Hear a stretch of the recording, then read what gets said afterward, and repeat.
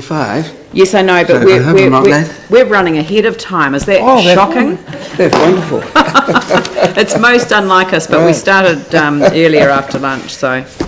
Well, you probably know who I am by now. We do. You're probably getting sick of me, actually. No, we're never, ever sick of hearing. Let me get my glasses.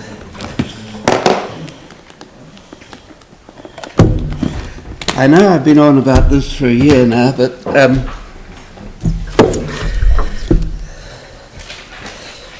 what I'm really submitting now is that you, in the annual plan this year, decide to actually fund the earthquake strengthening for the McDougall.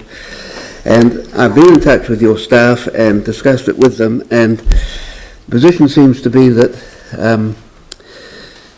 the present cost, which is in the long-term plan, is a figure of 23 million, which is unfunded. But I'm advised that that was really only a very loose estimate that was originally calculated on the basis of some quantity surveying figures, which would involve earthquake strengthening the building. But apparently it doesn't. It may not need to be earthquake strengthened at all. I mean, it all depends on what method apparently would be finally decided in doing it. And it may be that it could only cost 10 million. And my submission is that you find the cheapest way of doing it and get on with it and get the gallery reopened, for the reasons that I've mentioned in my submission, which I've been going on about for a year, honouring my terms of my grandfather's gift, and to help the Christchurch Art Gallery with its storage problems, its display problems, and now more recently, of course, there's been discussion about its visitor numbers, and the McDougall, of course, can tap into the booming tourist industry in the botanical gardens. But what I really just wanted to mention today, and I can do it all within 5 minutes, is two things. Firstly, the museum project, and then the actual terms of my grandfather's gift in 1928. The decision by the 2003 Council to discontinue the use of the McDougall as a public art gallery for the city and to allow the museum to use it for their purposes has, for the McDougall, been an absolute disaster, for it has resulted in it being largely closed so far for 14 years, with at least another 5 years to go on the pathway that it's on at the moment with the McDougall, or with the museum, which is a total of 19 years, and it wasn't even damaged in the earthquakes. But it'll be longer than this because the museum project remains unfunded and unconsented. I mean, really, it's got to a point where I don't think I'm exaggerating if I use the word scandalous. I mean, it is a lovely building, and it's an awfully long time for a building that wasn't damaged in the earthquakes to be left like this. I do mention in my submission about the repairs that are being done now, and I'm very grateful for those, and of course they've got behind, so to some extent it's also been neglected, but I don't want to drill on that. What I want to say is this, that in the minutes that were recently published for the latest Museum Trust Board meeting, which was held on the 8th of May, it was stated that the project will now cost 180 million. This is the museum project, 180 million, with 62 million having to come from the government, 51 million from you, 4 million from the other councils, and 57 million from their own fundraising. The government has not approved the 62 million, and the people who are advising me say that it's unlikely to approve such a huge amount. Apparently the highest amount that has been approved for a museum development in New Zealand was for the large Auckland museum development by the Clark government, and that was a figure of 26 million. The Christchurch Art Gallery got 6.5 million when it was built. You have only approved a total of 19.8 in the long-term plan, plus, according to your staff, another 5.6 which has already been advanced to them back in 2002.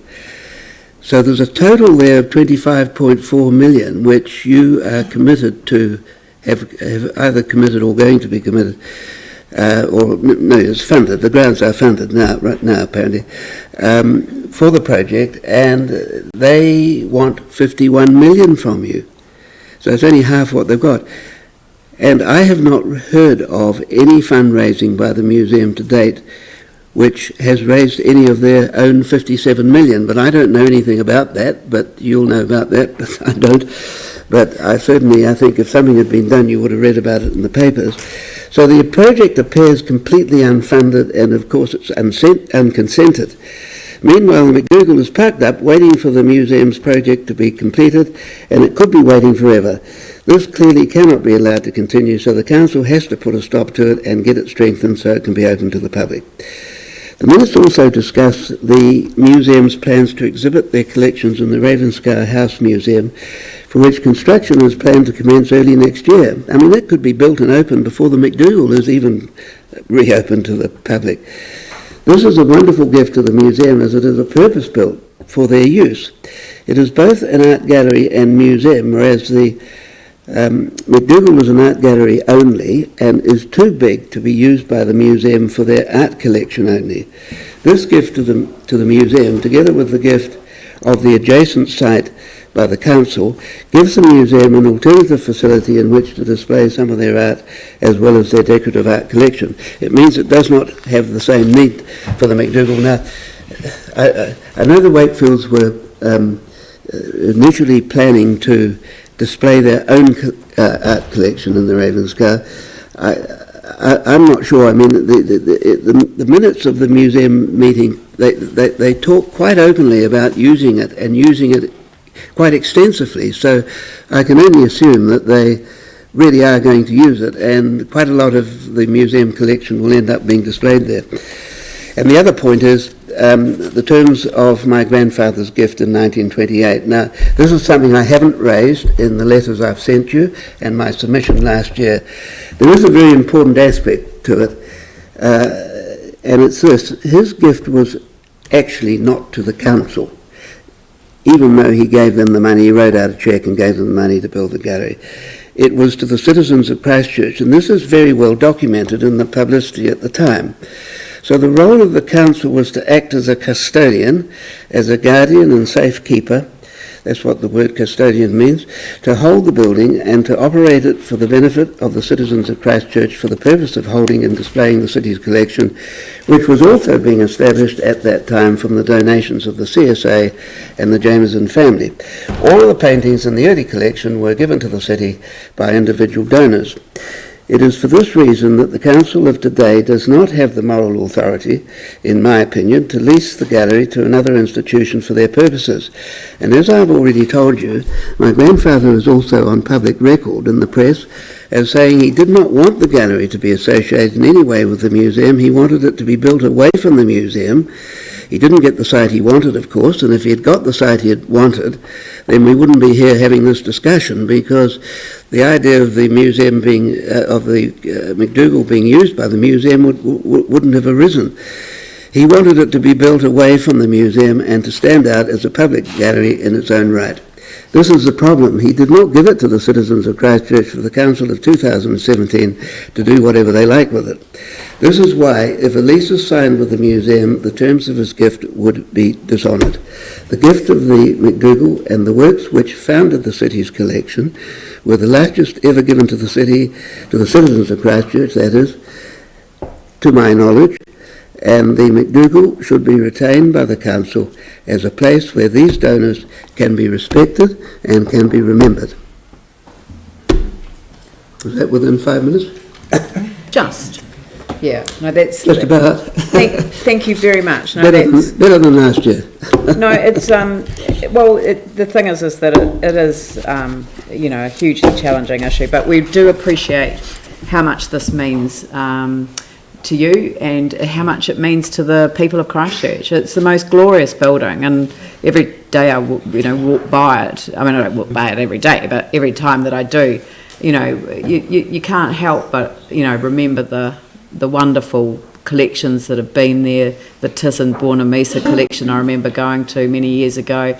It's really had some extraordinary collections through it, and it would be wonderful to see it restored to use. So, I mean, well, obviously we're working through a lot of complex issues at the moment. We're very challenged by what the earthquake has done, and obviously the museum's got some serious restoration, not only restoration but actually upgrading facilities in order to provide protection to what is also a very important collection, not only to the city but to the region. So look, thank you very much for making the effort to come back and to clarify that issue around the gift, and we'll obviously be taking advice on what happens next. Right, thank you. Thank you very much. Thank you very much. Thank you for listening to me. Thank you. Okay.